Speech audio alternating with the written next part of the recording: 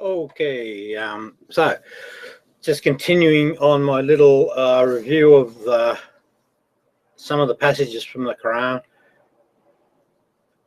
from the perspective of, do they sound like it was written by someone with a 7th century mindset, or is it, as Muslims would have us believe, the word of an all-seeing and all-knowing God? And that's a God that can look into the future as well. Okay, so verse 1, Quran 55:33. O ye assembly of jinns and men. So humans are included in this particular passage. If it be ye can pass beyond the zones of the heavens and the earth, pass ye not without authority shall ye be able to pass. Now, I suspect, well, we've travelled into space, so that's a given. And no one was stopped or asked for a leave pass.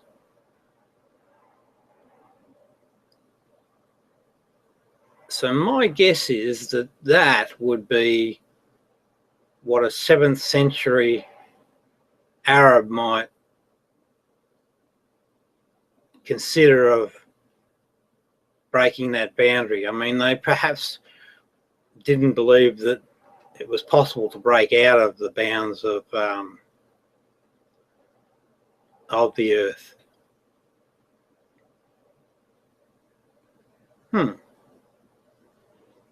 Is it a God that's saying this? Well,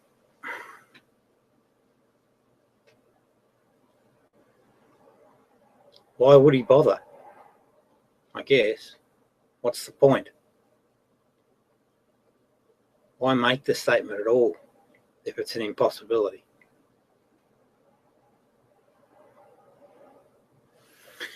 Okay, next one.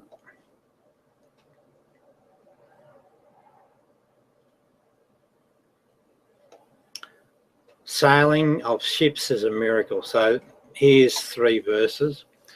Seest thou not that ships sail through the ocean by the grace of Allah? So what the writer's saying is that it's a miraculous thing that ships sail, and God is responsible for that happening. Now, I suppose an apologetic might say, yes, but it's all part of God's realm, the wind and everything else.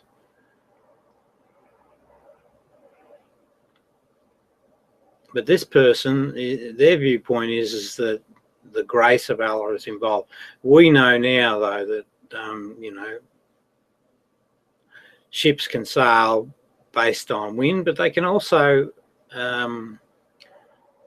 go through the ocean with an engine, an outboard motor.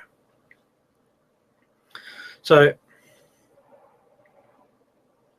again, it looks like it's something that's written out of, someone that was ignorant of certain facts.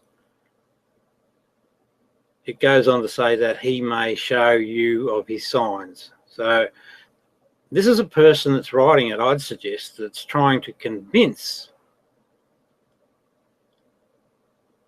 someone of the power of an almighty Allah.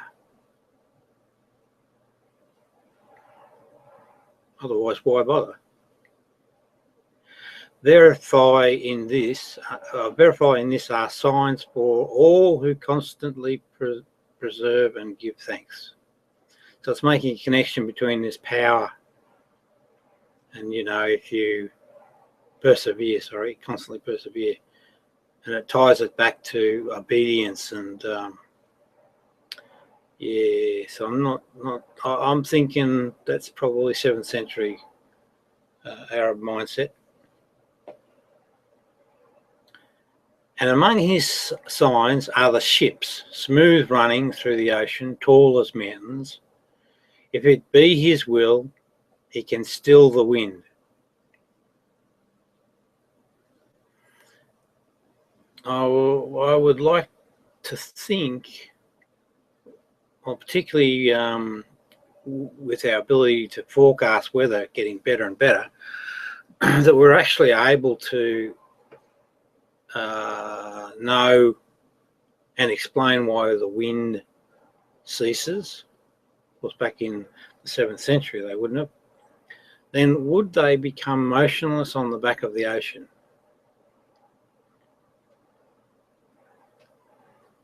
So the writer is trying to impress on the audience the power of God, that he could actually do these things.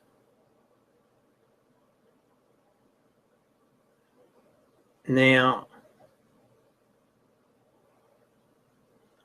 what's the point? Why, if it were a fact,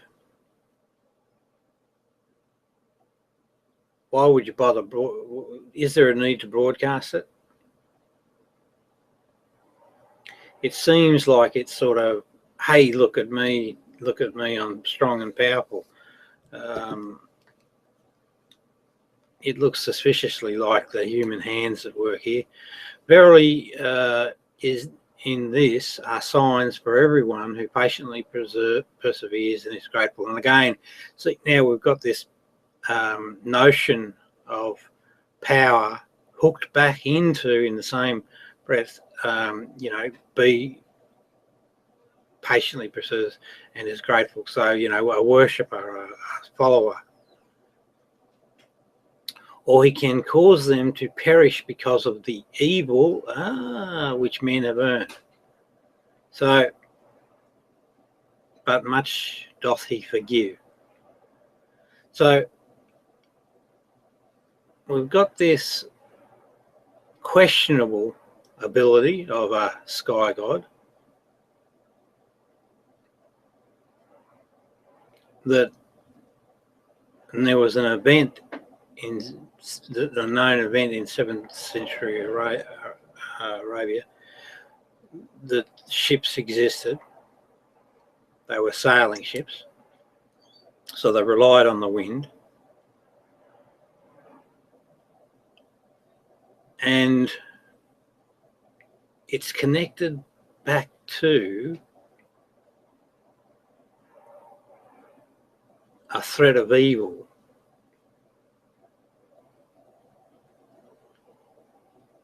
Oh, if one is evil. But there's a chance of forgiveness. Again, looks very suspicious. Seest thou not that the ships sail through the ocean by the grace of Allah? Oh, we did that one, I think. Sorry, next one. Your Lord is he that maketh the ship go smoothly for you through the sea. So again, there's a dependency of sailing on God, in order that ye may seek of his bounty, for he is unto you most merciful.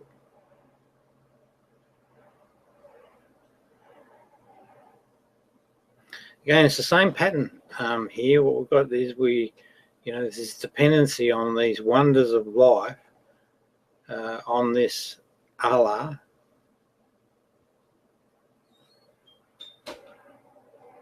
for he is to you, and this, most merciful.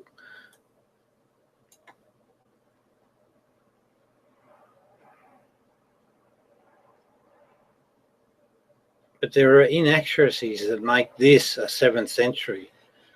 These observations here about sailing are definitely 7th century thinking mindsets. Because nowadays, ships float due to buoyancy and they can be driven by various sources of power. So it doesn't apply. It's not as, it's ignorant, if you like, of the other sources of power. Now, Muslims will come up with some manner of stories, but they'll only be contrive stories, and they won't give a proper explanation of why these comments belong in the 7th century or are from people from the 7th century.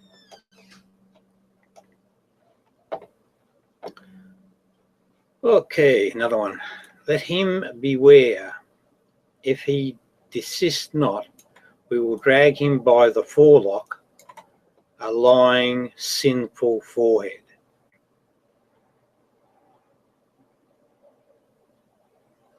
Isn't that strange?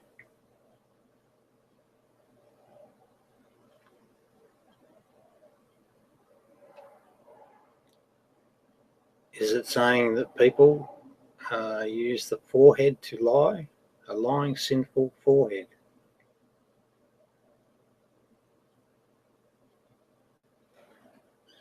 Brainwave technology has shown that electrical activity happens in the entire brain when a person is being deceitful.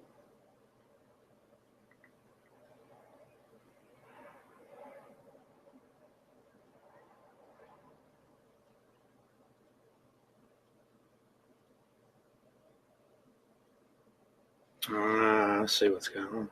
So what they're trying to, what the aim of the author was to really encourage the listener to not lie.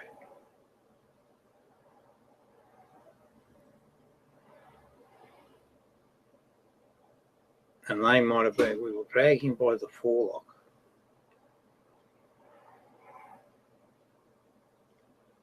Yeah, it's a bit bizarre to me.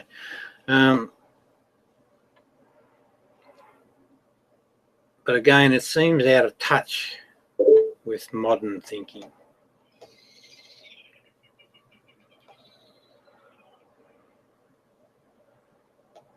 Okay, this is interesting. So we've got a mathematical error in hereditary laws. So this comes from the Quran, chapter 4, verses 11 through 12. Allah thus directs you as regards your children's inheritance. To the male, a portion equal to that of 2 females. If only daughters, 2 or more, their share is 2/3 of the inheritance. If only one, her share is a half. For parents, a 1/6 share of the inheritance to each. If the deceased left children, if no children, and the parents are the only heirs, the mother has 1/3. If the deceased left brothers or sisters, the mother has 1/6. The distribution in all cases after the payment of legacies and debts. Yet know not whether your parents or children are nearest to you in benefit. These are settled portions ordained by Allah, and Allah is all-knowing, all-wise. So that's an important point there, because all-knowing and all-wise is what we're told about this Allah. Yet it seems that there seems to be some problems or some errors. 4.112 goes on, in what your wives leave, your share is a half, and if they leave no child, but if they leave a child, you get a 1/4 after payment of legacies and debt. If what you leave, their share is a 1/4 if you leave no child, but if you leave a child, they get an 1/8 after payment of legacies and debts. If the man or woman whose inheritance is in question has left neither ascendants nor descendants, but has left a brother or a sister, each one of the 2 gets a 1/6. But if more than 2, they share in the 1/3 after payment of legacies and debts, so that no loss is caused to anyone. This is ordained by Allah, and Allah is all-knowing, most forbearing.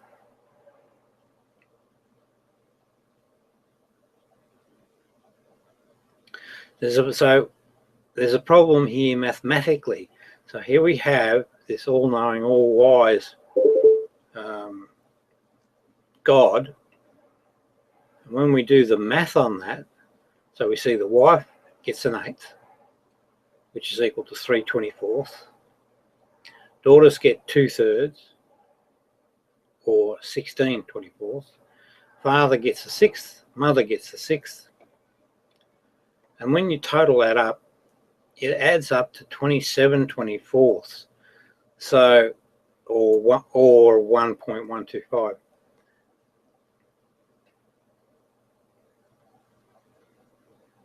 And so what we see is this all-knowing and all-wise has made a human error.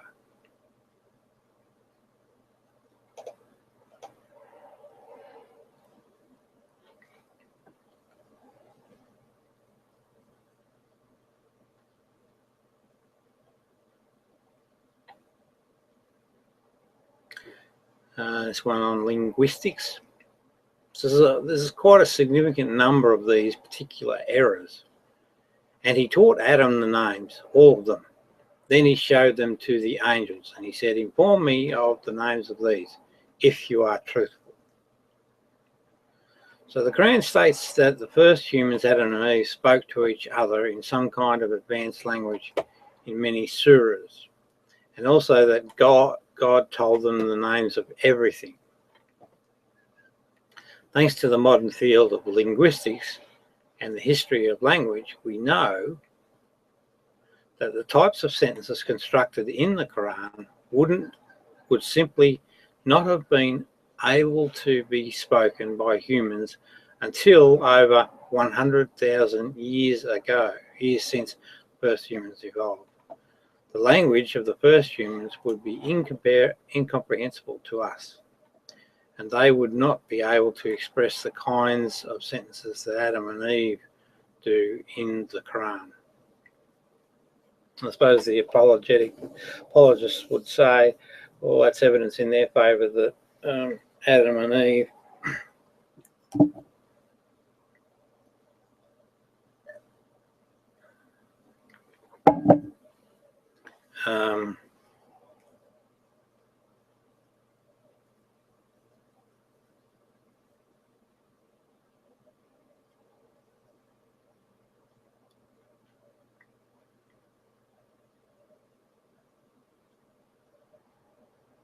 I'm not sure I get that, so I might just skip that one. And assuredly we gave David grace from us. So us meaning Allah, talks in the plural for some reason, saying, O ye hills and birds, echo his psalms of praise, and we made the iron supple unto him.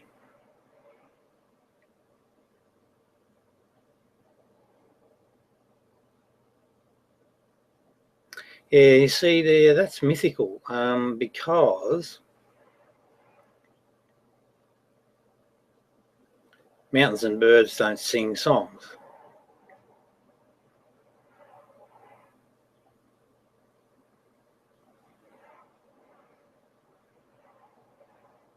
And we know that to be a fact. So it's that's fanciful writing.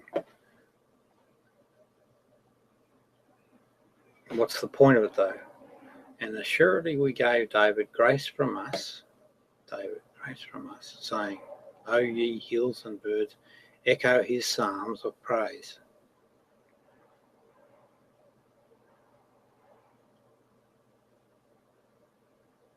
And we made the iron supple up unto him.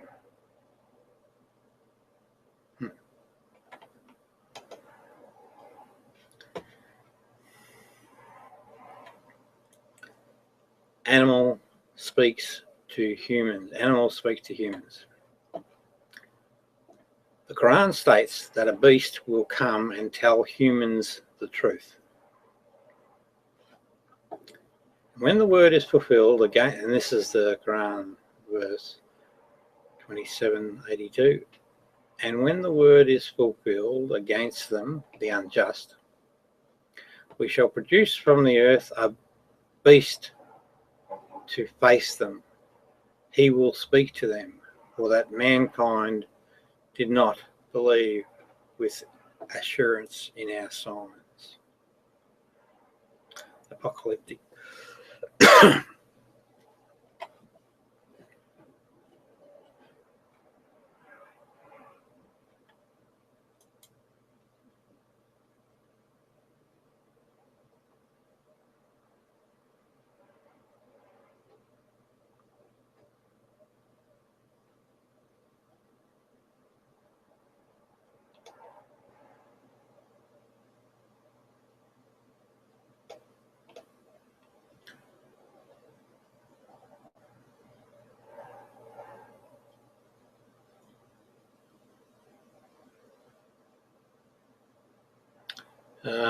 This carries the and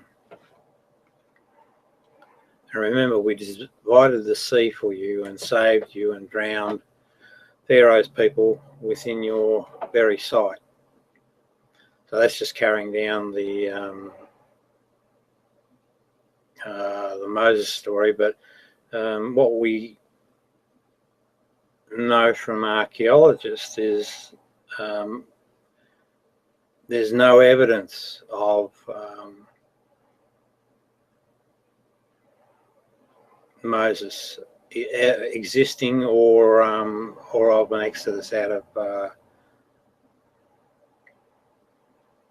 Egypt. So that's highly suspicious, particularly when you look at things like the Book of Daniel and you know what the scholars are saying about that not being a prophecy at all. It's a forgery of prophecy. So body parts speak. On the day when their tongues, their hands and their feet will bear witness against them as to their actions.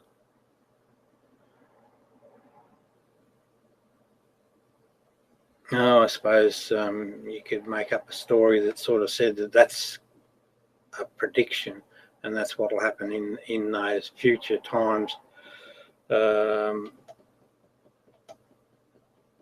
It's a bit nonsensical.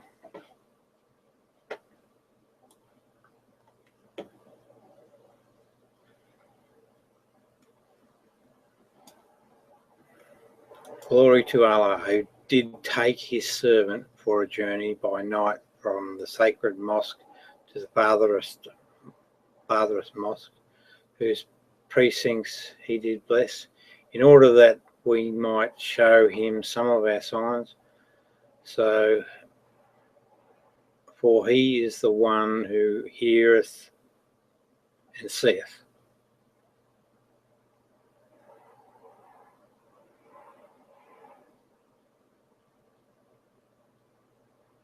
It took 1 week to travel from Mecca to the farthest mosque by camel, but the Quran reveals that a magical winged horse called the Burak travelled a similar distance in a matter of minutes. No such creature has ever been shown to be real, and it seems to only exist in legend and mythology. So that's interesting because the people of the 7th century probably were heavy into legend and myth and may have even thought they were real. So you could see how this idea of a flying horse, which appears in other areas or other mythologies, could be stolen as an idea and built into this story. So yeah, bit of a problem, I think.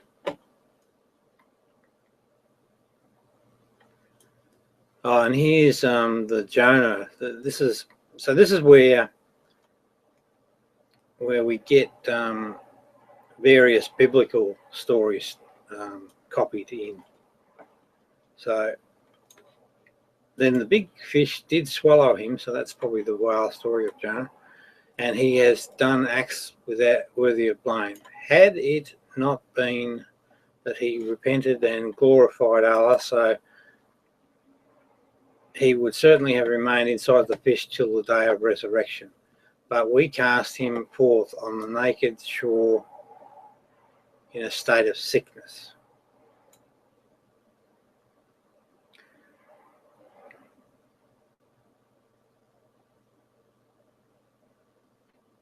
Yeah, I mean, talk about hard to believe, a human that could live inside a fish. I mean, you could replicate that and prove that it wouldn't happen. So the religious folks will come up with all manner of stories. Now, the story of Jonah would have been available to these people that are writing the Quran. So it's easy. There's no clear evidence or nothing so far that suggests that the Quran is God inspired. The evidence so far suggests that it's written by ignorant people from that particular era, not completely aware of how their environment worked.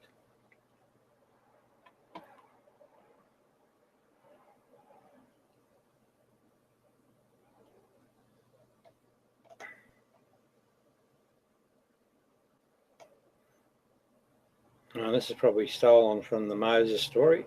Then Moses threw his rod, and behold, it was a serpent, plain for all to see. So there's this emphasis here, plain for all to see. What the author's trying to convince you is that it was a heavily witnessed event.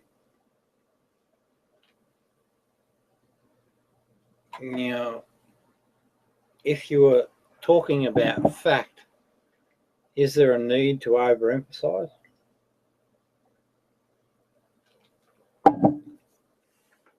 It's sort of like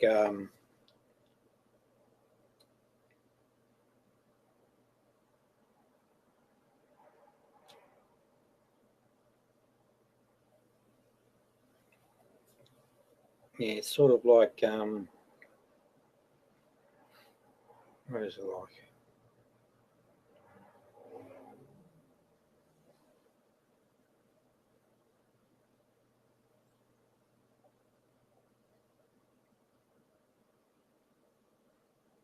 I know I've seen that pattern in writing. This additional information. Josephus is one that comes to mind. And they throw in additional information. They try and preempt the reader's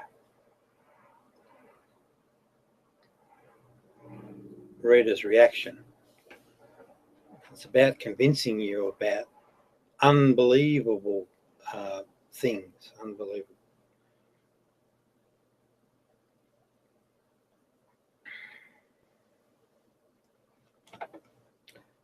Jesus, son of Mary, said, "O Allah, Lord of us."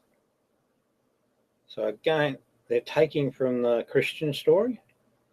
Send down for us a table spread with food from heaven, that it may be a feast for us. So Mary's initiated this request.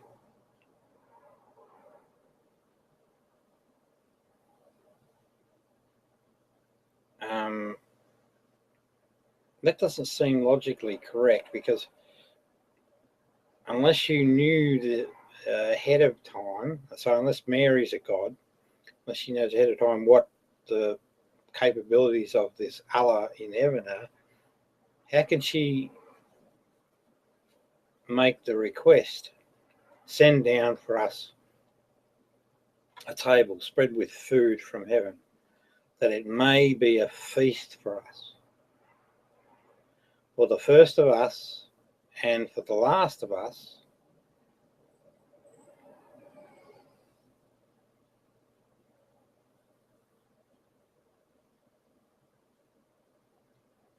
for the first of us and for the last of us, and a sign from thee. So Mary's made this request, show us some proof, some evidence of your magic powers, and give us sustenance, for thou art the best of sustainers.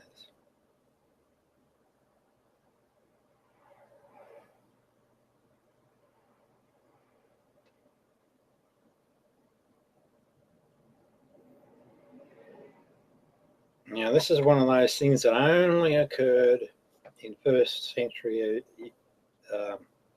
Judea, this magical period. And I'm left wondering, wow,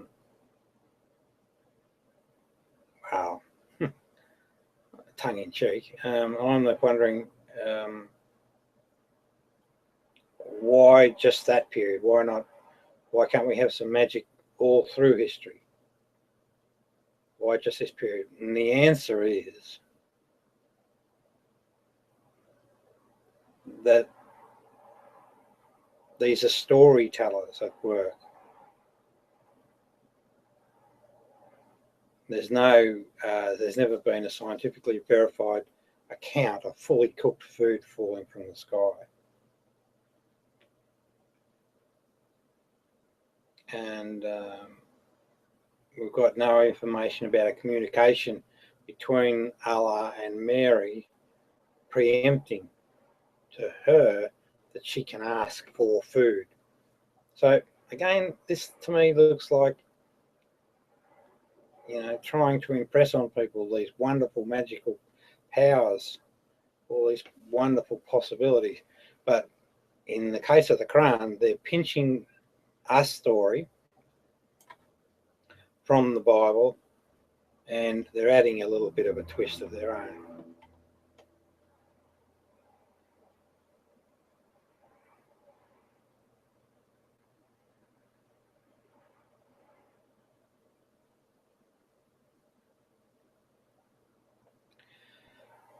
Right, so he brought forth for them a calf, a mere body, which had a mooing sound.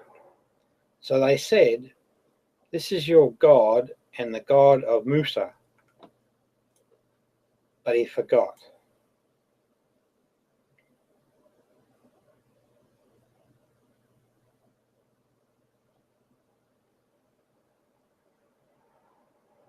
So we have a calf was cast out of ornaments, but it could move.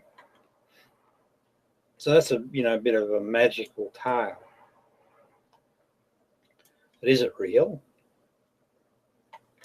For me, the answer is a very clear no. But I'm really more interested in this idea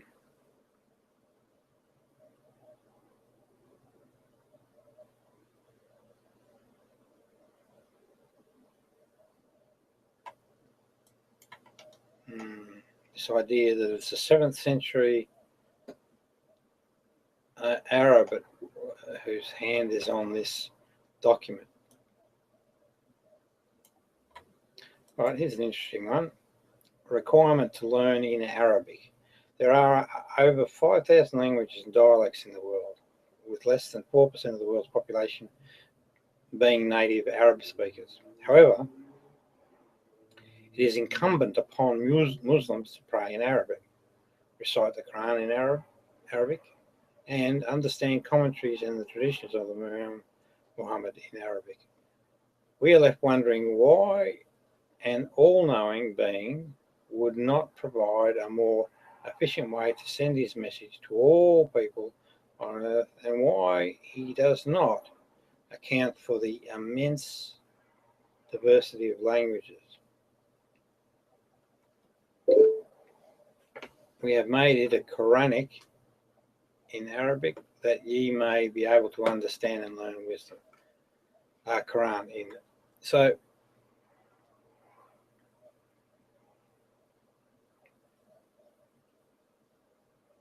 it's sort of like a boys' club.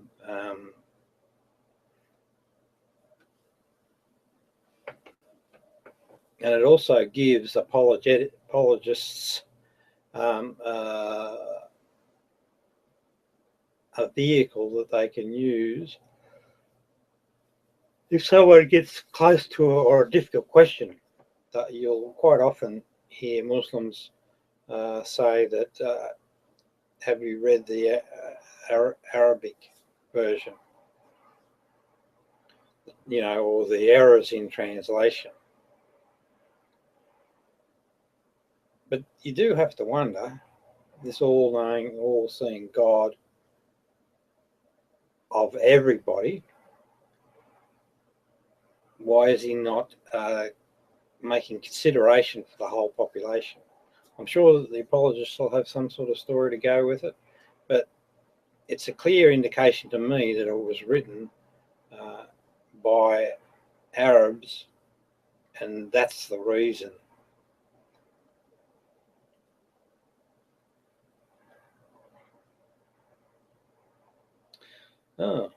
All animals live in communities. There is not an animal that lives on the earth, nor a being that flies on its wings, but forms part of communities like you. Nothing have we omitted from the book, and they all shall be gathered to their Lord in the end.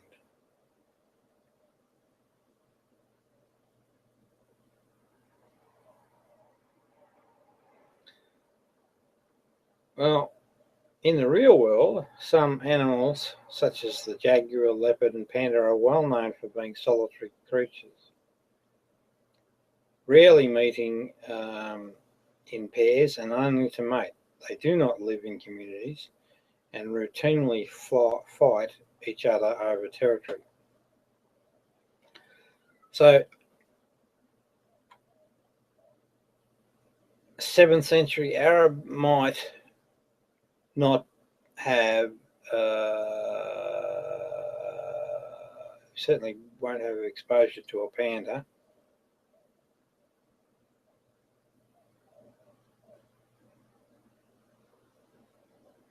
And maybe they considered a leopard or a jaguar with cubs to be a sort of mini community.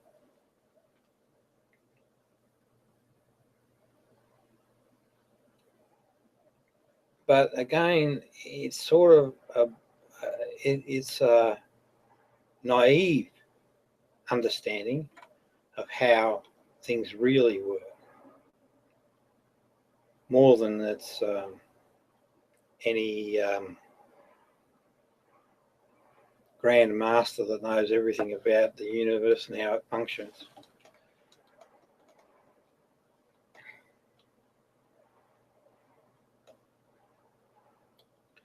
Here's another one. Now this is probably mythical. So this is the Quran verse 29:14. We once sent Noah to his people, and he tarried among them 1,000 years less 50. Well, we see the same thing in the Bible, this long lifespan. But the deluge overwhelmed them while they persisted in sin. The oldest verifiable human life has been a little over 120 years. So immediately you got to say, you immediately have a problem with that. You don't have any evidence other than the story itself that would support such a long lifespan. And of course, the apologist would come back with a question like, well, were you there then? How do you know? Well, the simple answer is we have our life experiences, and we have documentary records, and we have family that go back several generations. We know their story. We know that their lifespan was X. So the general consensus based on evidence alone brings us to this 120-year lifespan, not to 1,000 years. All we have for 1,000 years is a story. You got to remember, it's a story that's full of a lot of holes when you actually look at it.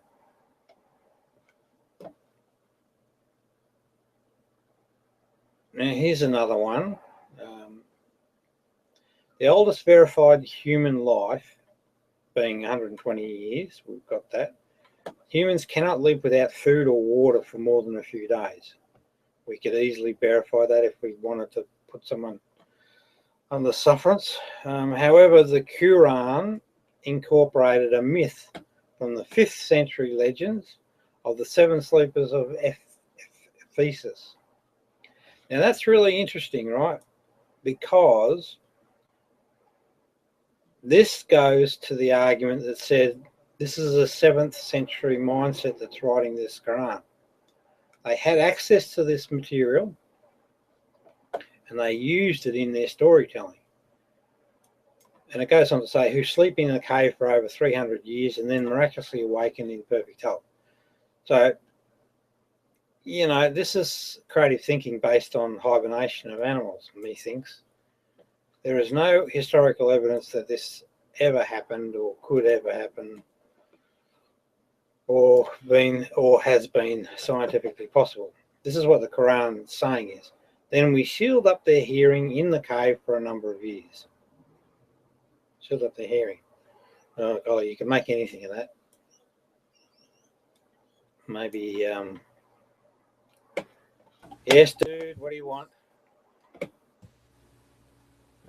Just saw that this was up and thought I'd pop in. I didn't mean to interrupt. That's all right. That's all right. No worries. Hey, I can't help recalling that you accurately described our car, and you said that you had stopped by at our house and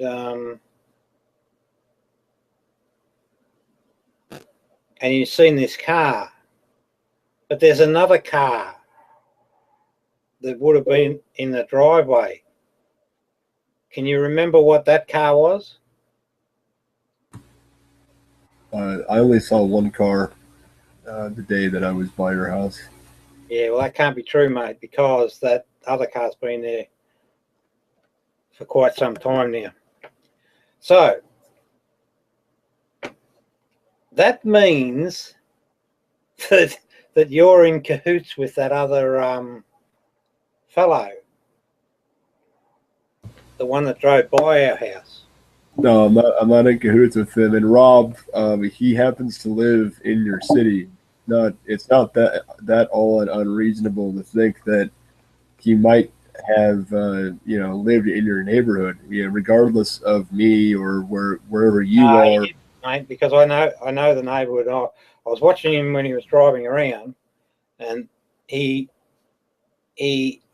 could see where he was going, and he ended up going back on the freeway, which took him back out to the northern suburbs. Yet he was telling me, and I know he was lying, right? He was telling me that he was that he lived in this area. Yeah, but why would you take residential streets to go to the shops and such when if he has to go somewhere, he's going to get on the freeway? Oh no, I'm talking about him leaving. So after passing by my house, which he did with his little camera, after doing that, and you got to remember too, there was another guy in the group. He made a strong effort for me to pay attention and look up at the thing, which I did. But Rob, I've never given your address out. Before, so, you realize that lots of people know your name, and that I'm just saying, like I did not give your address out. Okay, bit suspicious, but I move on. Now, where was I? So what I'm doing I'm just going through some online work on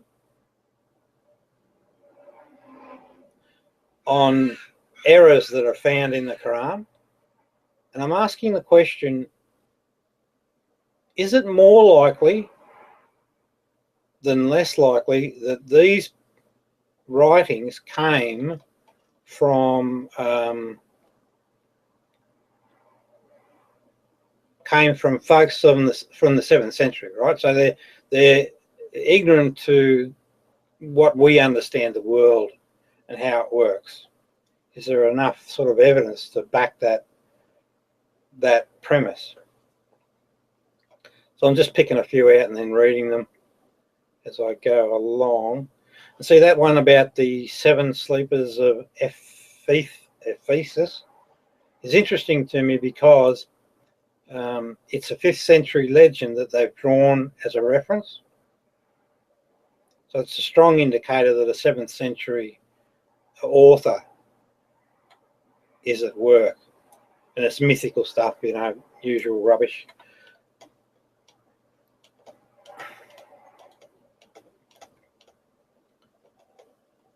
Now, where are we?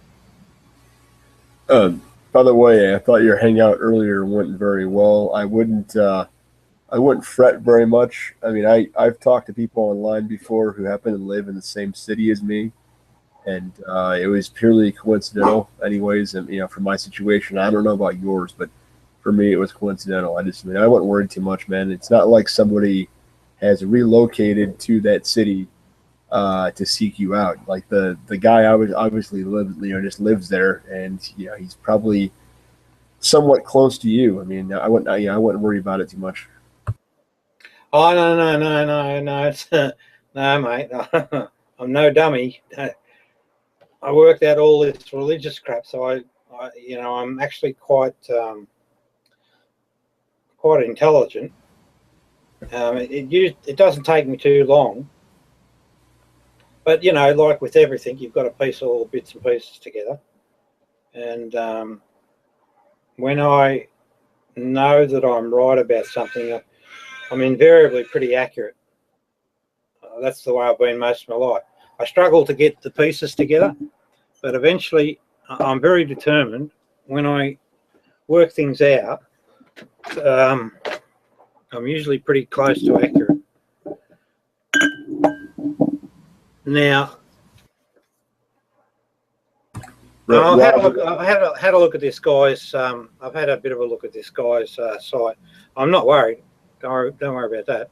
Yeah, but Rob, is it possible that he could? He knows your full name, so is it possible that he was able to go to a phone book or contact your land office and find your address that way?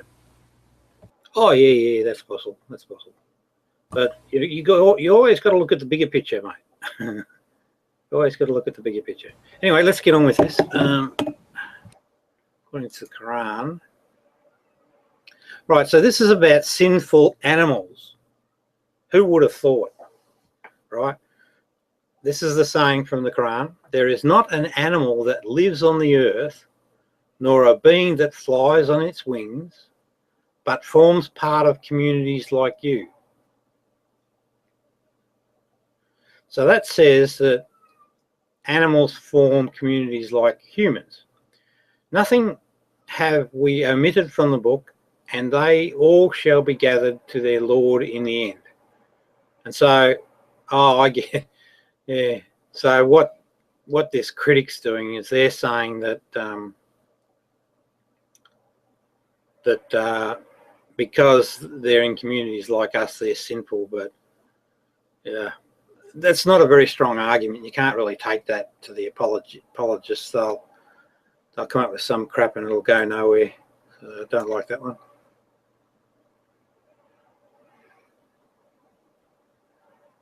Okay, so birds fighting elephants. Well, that's interesting.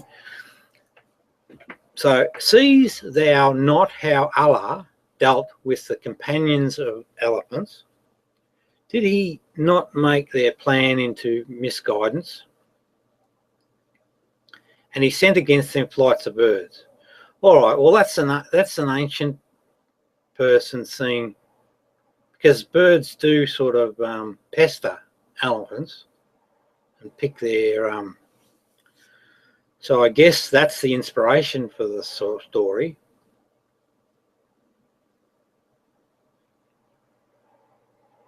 Birds and elephants don't fight each other. In fact, African elephants and birds, they have a symbiotic relationship where the birds eat the bugs and lice. Yes, so I knew that. The Quran here depicts a fanciful story of birds being directed to attack elephants and their riders during a battle. Yeah, I'm looking more specifically though. I'm looking for stuff that is ignorant of the way that our universe works. In a sense, that is.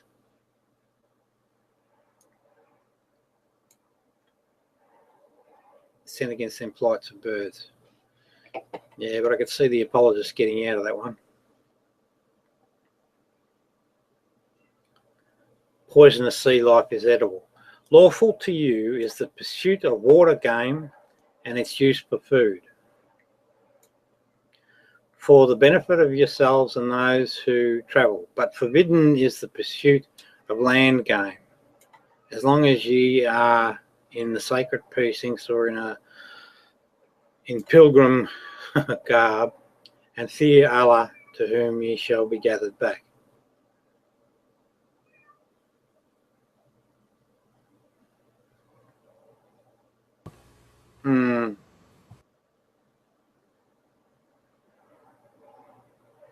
I could sort of see them saying, well, you see, the argument here is that the number of sea creatures are deadly and fatal to humans if consumed. This includes the pufferfish, poison dart, frog, marbled cone, snail, blue-ringed octopus and stonefish. All right, so we know that there are poisonous stuff. The Quran, however, makes no prohibition against eating those types of animals, even though it goes into lengthy detail forbidding the consumption of pigs, which are safe for humans to eat. Well, that's probably a fairly interesting point, because you know they really go into detail about certain things.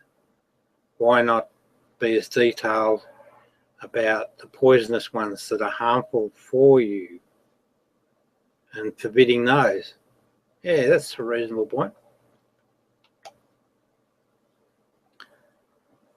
And maybe it's because the author is not really familiar with ocean fish, possibly.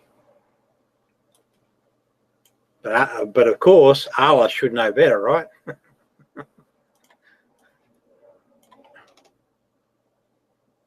Yep, here we go, another one. He created you from one being, then from that being he made its mate, and he hath provided for you of cattle 8 kinds. He created you in the wombs of your mothers, creation after creation, in a threefold gloom. Such is Allah, your Lord. He is the sovereignty. There is no Allah save him. How then are ye turned away? Now, it's pretty clear, I mean, to most people that know that religions are nonsense, that the way this is written is to, you know, they're really overemphasizing Allah's power in everything. But the problem they've got here is that there are actually more than 8 kinds of cattle. Only a little bit more. There's a dozen kinds. It goes on to say the word cattle is al-anami. So that's the Arabic, meaning pasturing, grazing animals. The word azwajin, kinds in the translation, generally means mate or member of a pair. Quran 6, chapter 6, verses 143 to 144 clarifies that these refer to male and female pairs of sheep, goats, oxes and camels. This neglects, however, though, other types of cattle from the regions outside of Arabia, such as reindeer, which are important to people in northern latitudes. So that's interesting. There's a definite clue that the author is ignorant outside or ignorant of other aspects of the world.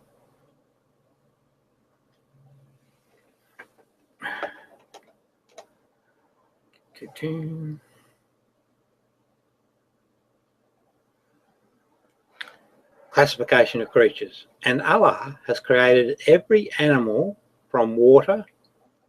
Of them there are some that creep on their bellies, some that walk on two legs, and some that walk on four. Allah creates what he wills, for verily Allah has power over all things. So again, this emphasis on power. Additional information that if you were writing a guidebook or a story and you just wanted to pass information on to another person, you wouldn't have all of this extra overhead. It's specifically there to convince and emphasize and brainwash. So, the Quran observes that creatures of the desert move using their bellies, snake, or two legs, humans, or four legs. However, the author fails to include insects such as millipedes that have thousands of legs. And there's spiders, of course. So you could put this one in a classification of an Allah fail, not being precise.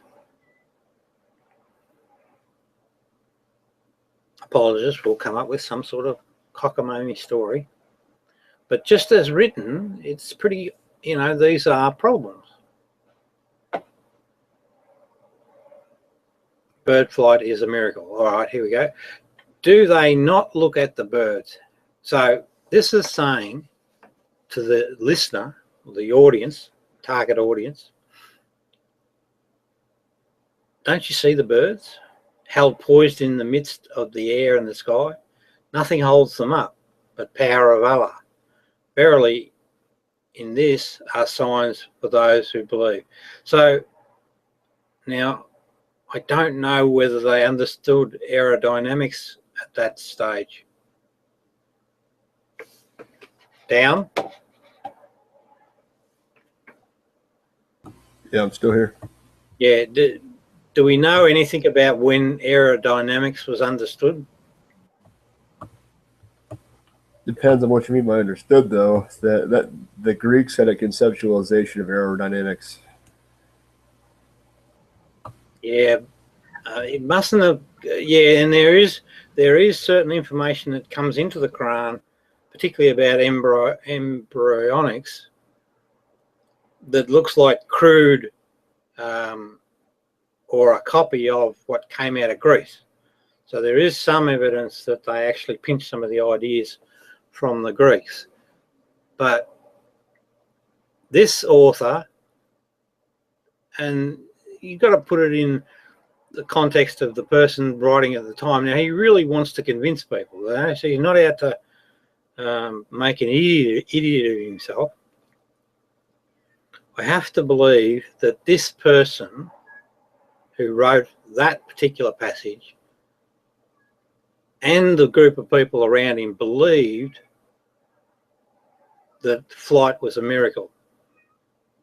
They just floated in the air.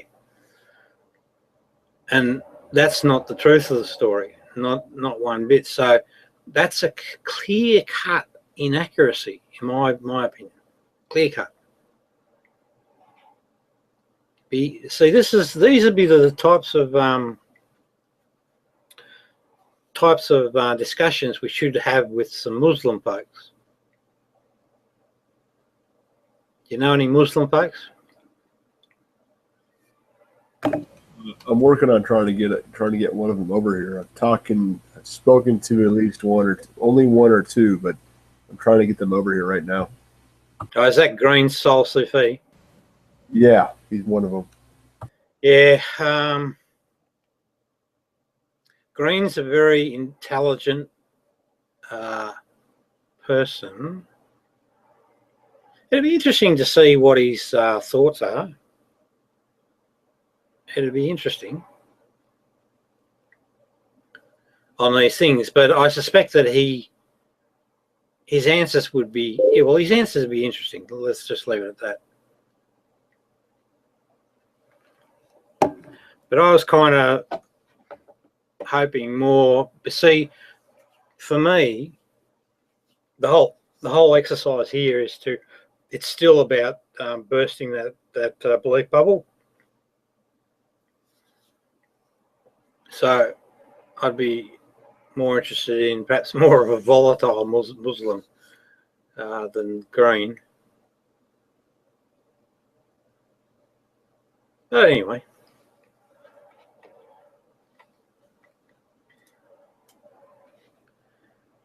What else have we got? Horses created as transportation. And he has created horses, mules, and donkeys. So God's done this, right? He made them all. Allah God, for you to ride and use for show. And he has created other things of which ye have no knowledge. All right, so there's stuff that we just don't know. I don't accept that premise. It took thousands of years of domestication and crossbreeding before horses were domestically approximately 4,000 years ago in East Europe and Central Asia. Prior to this, horses were wild animals. Though the Quran neglects to mention this important fact. Even today, feral horses are descendants of domesticated horses that aren't tamed or used for human transport. Feral horses. Hey Rob, is that a cat behind you?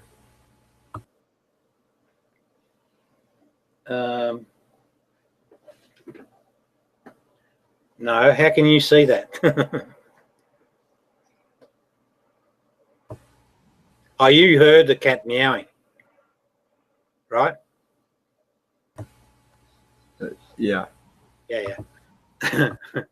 It was outside.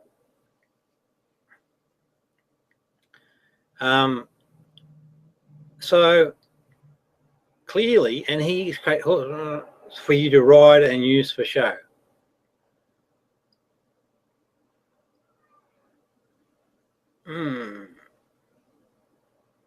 I'm not so sure about the argument there,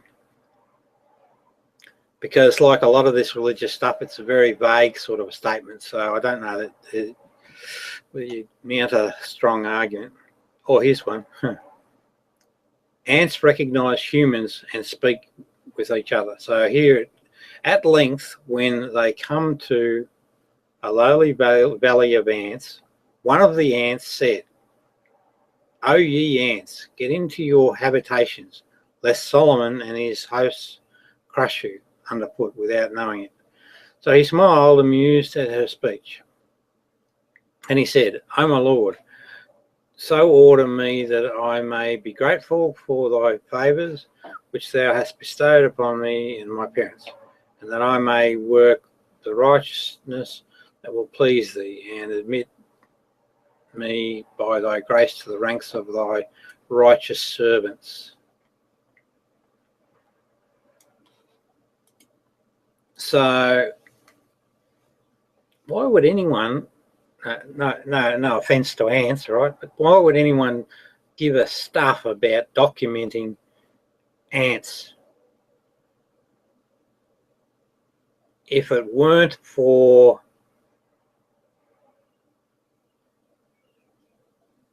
trying to convey to the lowly folk, slaves, the foot soldiers.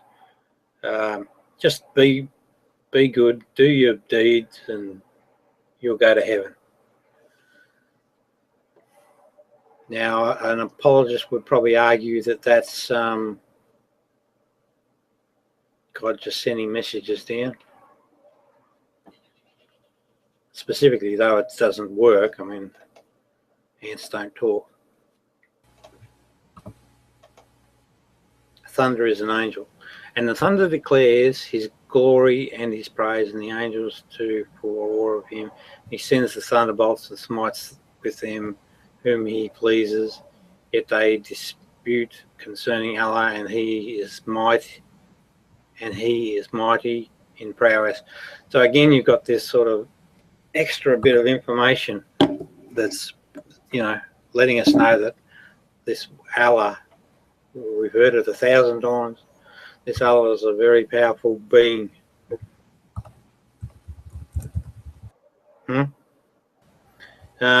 So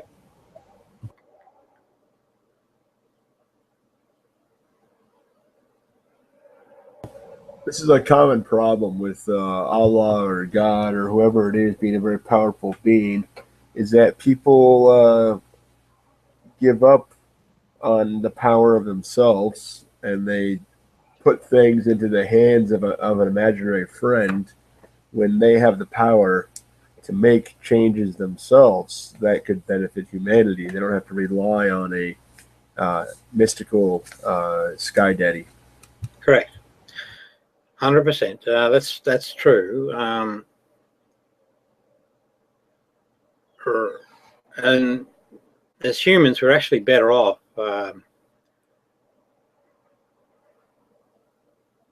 taking up the responsibilities and the realities of life than sort of sticking our head in a Bible or praying to a God to come and save us. But I'm wondering what the key driver is, because I'm assuming that we're selfish, folks, deep down, and I'm wondering what the key driver is. And I think it's the death phenomena, fear of death, because the Gospel of Thomas opener is one that says, if you get what Jesus is on about, whoever discovers the interpretation of these sayings will not taste death. So that's the very first opener. So it must have been important from his perspective that people lose this fear of death. And I know from other philosophical, spiritual pursuits, losing this fear of death is an important part of the journey. So if that's so, then can we assume safely that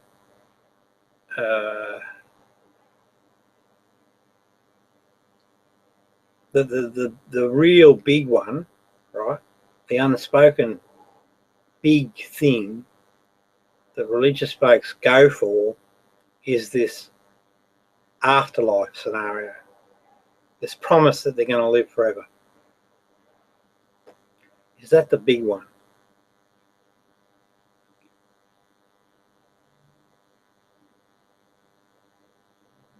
Or are there some other things that are on offer from the religions? You see, if you can find out these things, if you can work them out reliably, then you can go after them and try and... So with the afterlife scenario, resurrection was a Zoroastrian myth or concept. Doesn't come from the God of the Bible. It wormed its way in. And I haven't researched this, but I think it may have only appeared first in the book of Daniel. Could be true.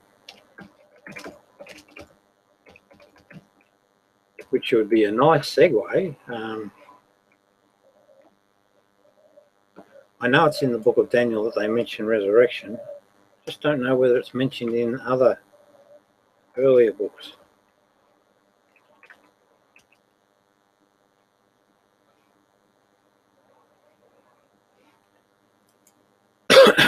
What are you doing? Dan, are you at a loss? Just listening. I didn't want to interrupt too much because you're trying to explain and rationalize these ideas. Oh, look, no, I'm getting closer. Like I said, I'm very determined. That's my nature. And the way I approach things is that I look at it from every angle, and then until I find something that makes sense, and then that'll go in the kit bag. And then so I keep going. So where I'm at with the religious story is that it's a belief bubble that needs to be burst. I know that. I know that if you threaten that belief bubble, you can control some behaviours. I know that.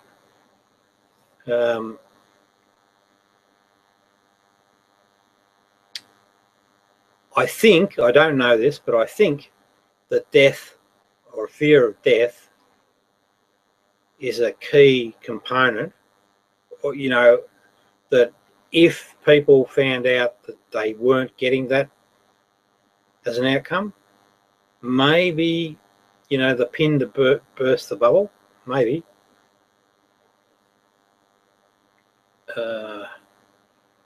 What else have I got?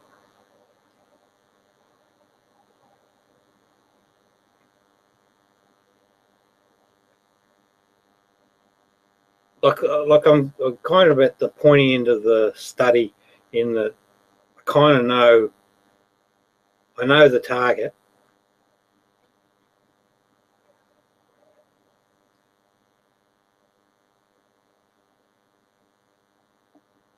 I know the enemy, so to speak. But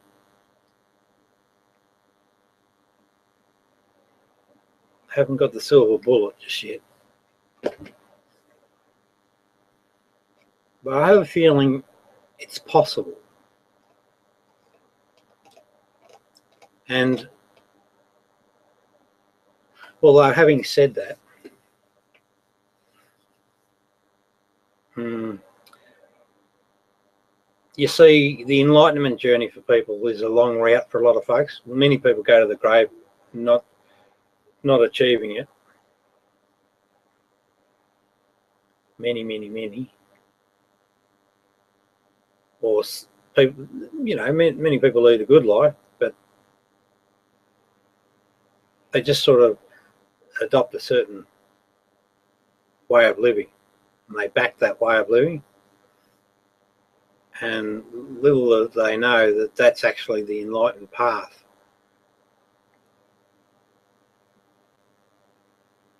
So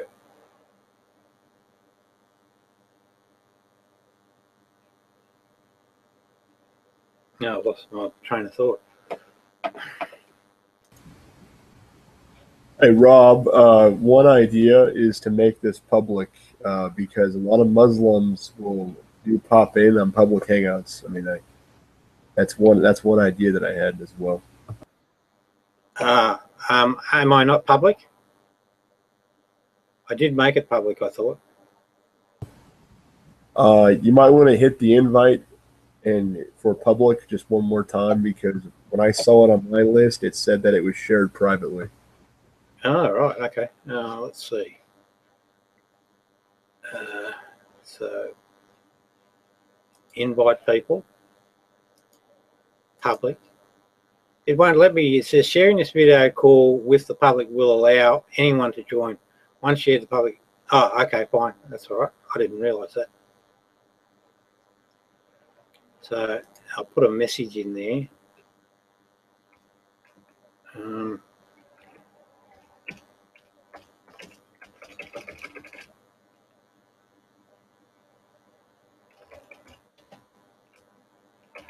I'll say Islam will die. Yes, I like that. I mean, I like it in the sense of how it suits your topic, if that's basically it. Yeah, that might get a reaction. It says unable to invite public or extended circles. Okay, let me see if I can see it in the public list. One sec. I've got a link to all the public chat rooms, so let me see if it shows up.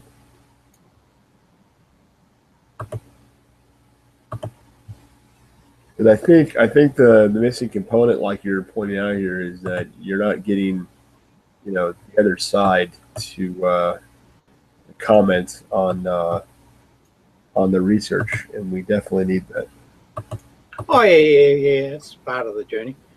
I mean, the goal's very clear. It's actually to have a person have an aha moment.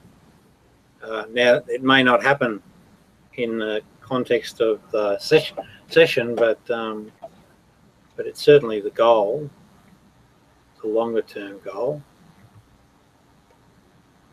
But I'm in a hurry, I want things to be done. I want to find a quick way, so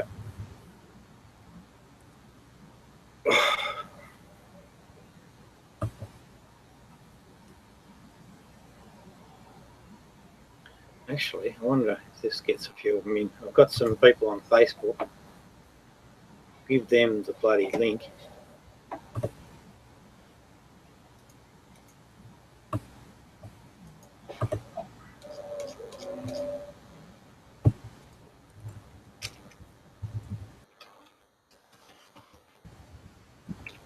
Come talk, Muslims. I insult these people a bit.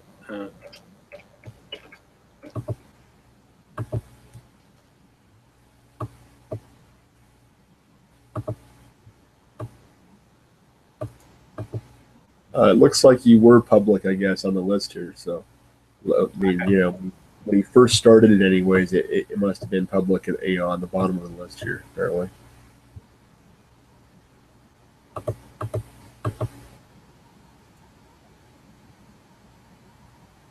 Hey, this is a off-the-wall question, but you've done a lot of research with Islam.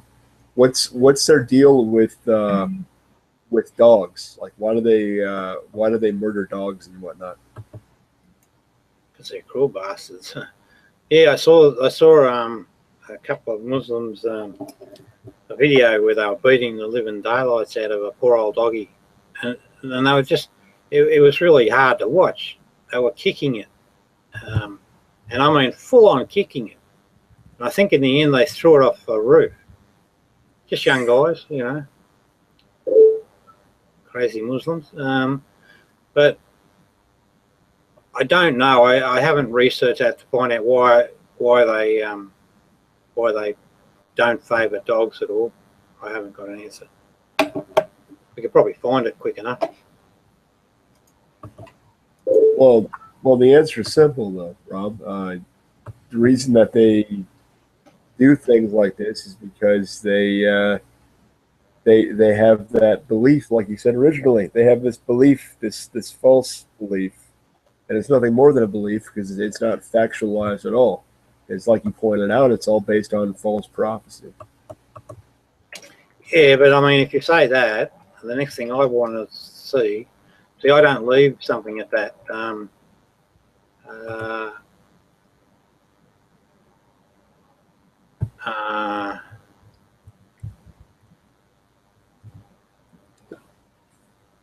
want to. Why does Islam dislike dogs? I want to know if it's part of their doctrine. Yeah, well, here we go. Owning a dog. Owning a dog in Iran could result in 74 lashes. Hey, Federal Police. Hey, he's going, all right? Yeah, all right, mate. All right, what's going on? Just picking on the Muslims. Oh. Just trying to. Oh, sorry. Oh, yeah. No, we were just investigating why Muslims don't like dogs. Don't know. Yeah. Hey. Under a new law passed by the Iranian government, while Muslim clerics have voiced their outrage after a dog patting event was held in the public path. Both incidents have made it clear how some Muslims feel about man's best friend. Simply put, many include blah, blah, blah. The Quran does not give specific guidance on how Muslims should behave with the animals, but it does have some passages where dogs are mentioned and which have different interpretations. So there is something in the Quran. One of the hadiths used by Muslims to explain their antipathy towards dogs reads, if a dog licks the vessel of any one of you, let him throw away whatever was in it and wash it 7 times.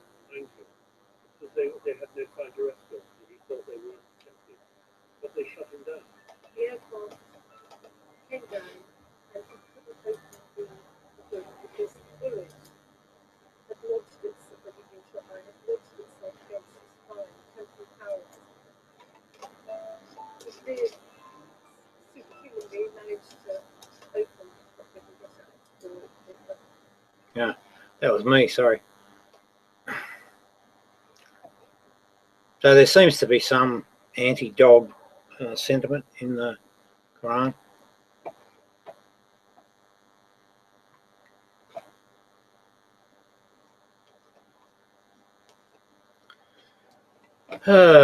All right, I might call it quits, I think, mate.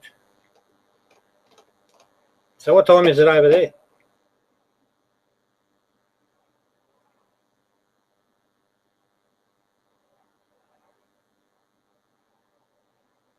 Hello?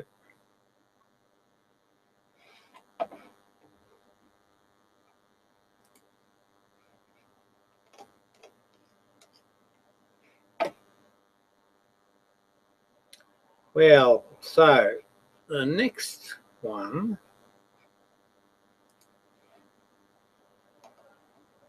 hail comes from mountain in the sky. So in the Quran, what it says is, seest thou not that Allah makes the clouds move gently, then joins them together, then makes them into a heap. Then wilt thou see rain issue from their midst, and he sends down from the sky mountain masses of clouds, wherein is hail. He strikes there within whom he pleases, and he turns it away from whom he pleases. The vivid flashing of his lightning will nigh blinds the sight. Hail forms in cumulonimbus clouds when supercooled water droplets freeze. However, the Quran mistakenly ascribes the formation of hail to invisible mountains in the sky. Sky mountain. So yeah, this would be a 7th century person wouldn't understand how the weather functioned.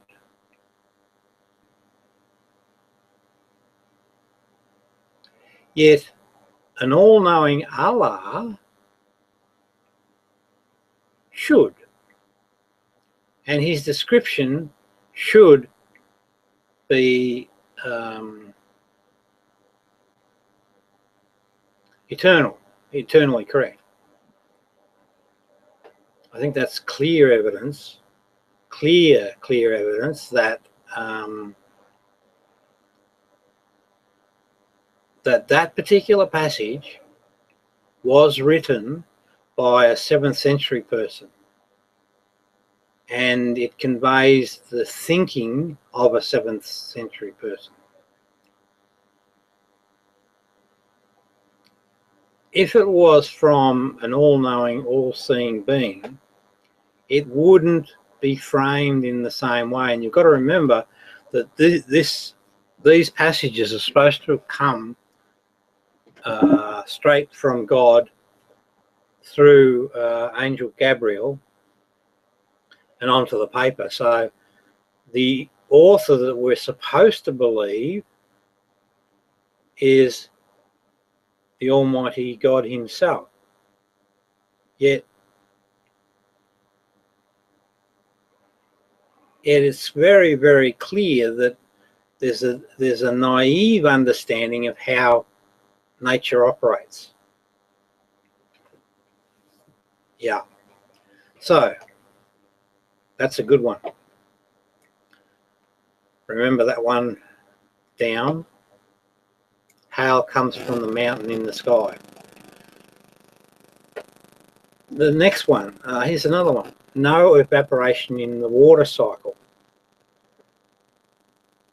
That sends down from time to time rain from the sky in due measure.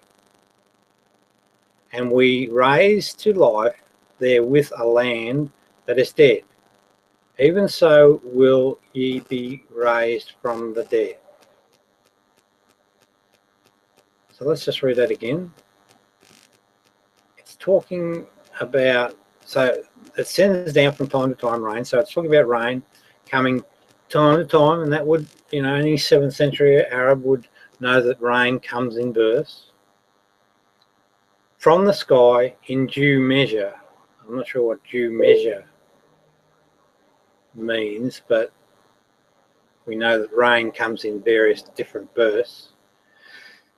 And we, that's Allah, raise to life therewith a land that is dead. So what, again, a 7th century Arab would have known that life, rain was life-giving, particularly in the desert. And so the author now then connects it to the resurrection concept. And we know that that existed with the Zoroastrians, 400 something BC at least. So what's our commentator say? Every verse about rain in the Quran implies that rain comes either directly from the sky or from Allah. However,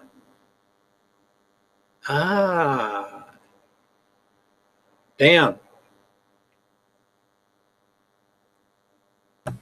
Yeah, I'm still here. What time is it there? It's about 2:45 in the morning. So what are you doing with your life? Are you not working, or? Most of today I was working on some research. Yeah. What for? I've got some projects going on. I don't want to say it on the live here. I'll tell you later. Okay. Now this passage. Oh, sorry. No, go ahead. Right. This passage here, I think, is interesting, and I guess the question that comes out of it: at what time did we discover about the water cycle? When was that discovered, I wonder?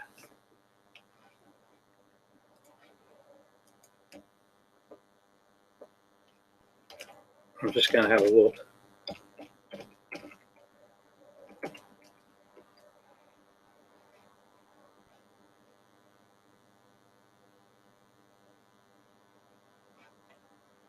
Let's do it this way. Water cycle discovered.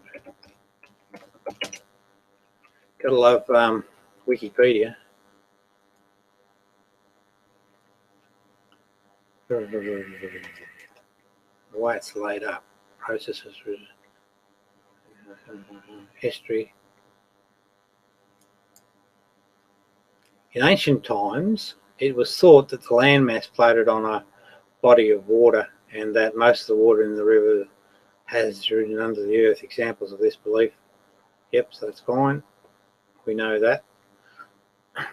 That's where you get the Noah's Ark story of the water coming up from below and above. Precipitation and percolation. By roughly 500 BC, Greek scholars were speculating that much of the water in the rivers can be attributed to rain. The origin of the rain was also known by them. These scholars maintain the belief. However, the water rising up through the earth contributed a great deal to rivers. Examples of this: precipitation. At the time of the Renaissance, it was thought that precipitation alone was insufficient for a complete water cycle. So there's a big jump there. I think we could say safely that the Arabs in the 7th century thought that the rain came from the sky. They wouldn't have understood precipitation.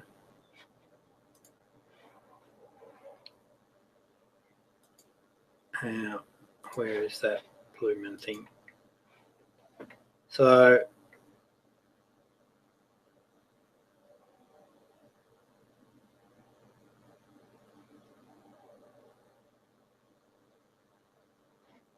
can we make something of that sends down from time to time rain from the sky in due measure, and we raise to life therewith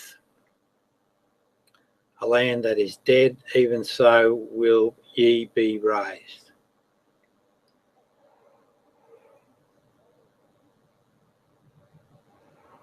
Yeah, I think there's a clear indication there that this is 7th century Arabian thought.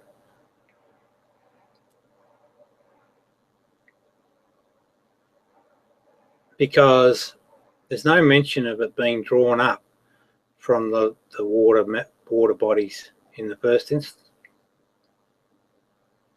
Yeah, an apologist will get round it with some sort of crap, but I think for me it's more evidence that this is 7th century Arabs at work. You see what I'm trying to do, Dan, is I'm trying to demonstrate that the thinking that's evident in the Quran is that of a 7th century Arab. Therefore, it can't be a God's hand at work. And then I've also got the Angel Gabriel story to say that no, Angel Gabriel isn't real. It was fabricated by the Romans. So that's basically my argument that I'm building. So, yeah, it sounds logical to me as well. Like you said, I know, mate, but it's how does it play out on a bloody Muslim person? That's the problem. That's the exercise. well, I think playing it out with them, you need to show them the evidence for the prophecies post mortem.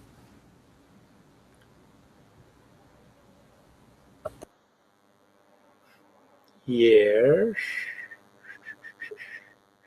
Yeah, but again, that works for you because you say, that makes sense. But you're dealing with a believer, you can't get that reaction first up. With a believer, you have to go through the motions, the tears and the angst, and you've got to get that event out of the road before you can get them to.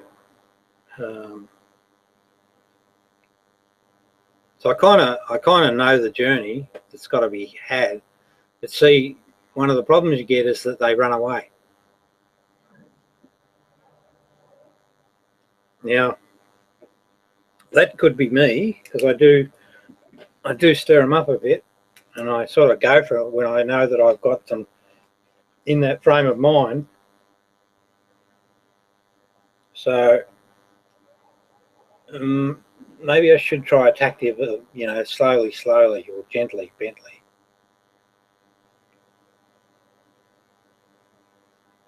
It's all about these techniques, what techniques will work.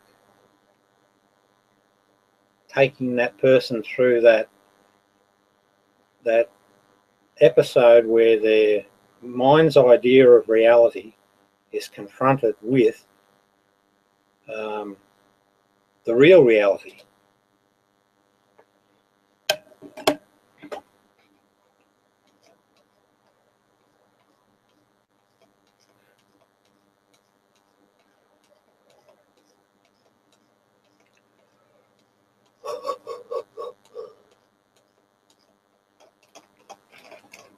And there's plenty of evidence here, and some of it's quite reasonable.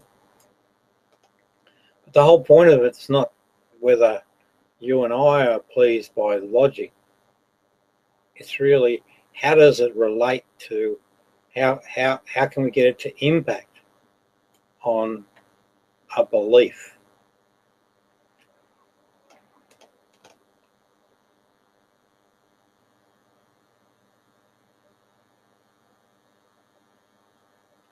Here's one. So the earth does not rotate. The author of the Quran repeats a common view of the 7th century, that the earth was a fixed and unmoving object with the stars, sun and moon revolving around it. The author appears to be unaware that the earth is rotating around its axis and moves through space and around the sun. Now that's a perfect little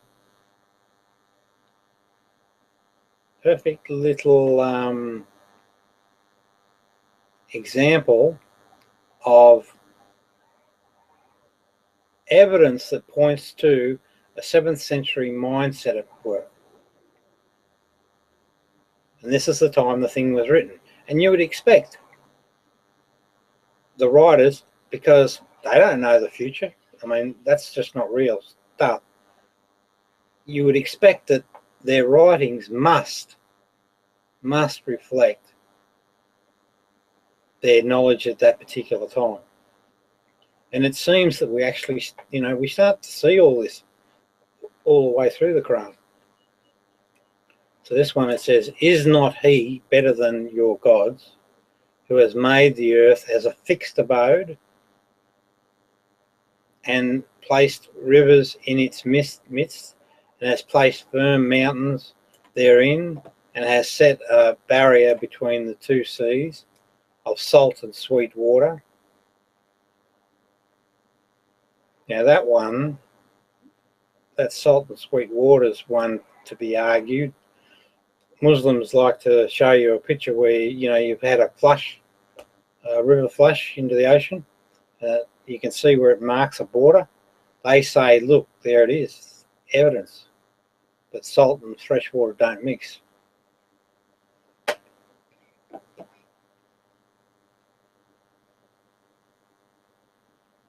He's made a barrier, yeah. So what it says in the Quran is that there's a barrier between salt and the other salt and sweet water, fresh water. A petition that is forbidden to be passed is what it says. So in those days, these guys would have thought that's how things work. The truth of the story is, when a freshwater river flows into the sea or ocean, there is a transition region in between. So it's not just a straight cut-off. This transition region is called an estuary, where the freshwater remains temporarily separated from the salt water. However, this separation is not absolute, thus cannot be described as a barrier. It is not permanent, and the different salinity levels between the two bodies of water eventually homogenize. The Quran, however, erroneously says that the separation between the two types is absolute and permanent. So that's a clear error, clear error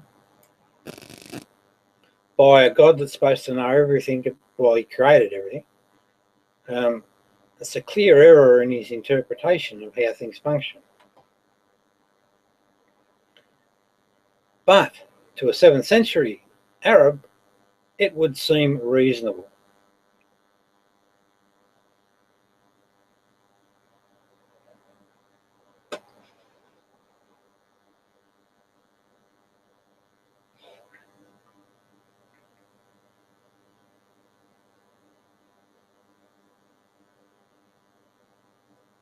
I think that'll do for me for now, mate.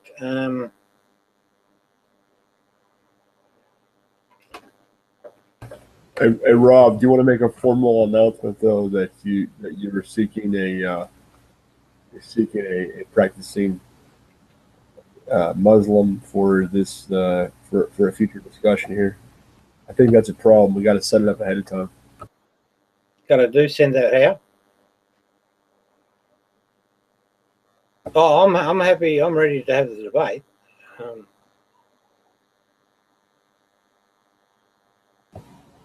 Yeah, I can tell you've definitely done the research. I wish there was an easier way for us to advertise this though. You know, something a little more networked, I guess. That's all right. You got all the guys that are in the hangouts. Just give it to them, and just keep pushing it out. I'll push it out on Facebook.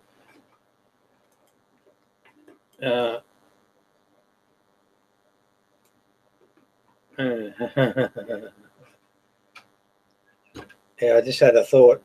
So I might just work the Facebook side of things, and I'll just keep posting. I'm just basically going to go for it.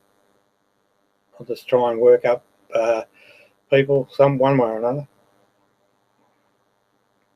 But I'm patient. I'll just keep at it.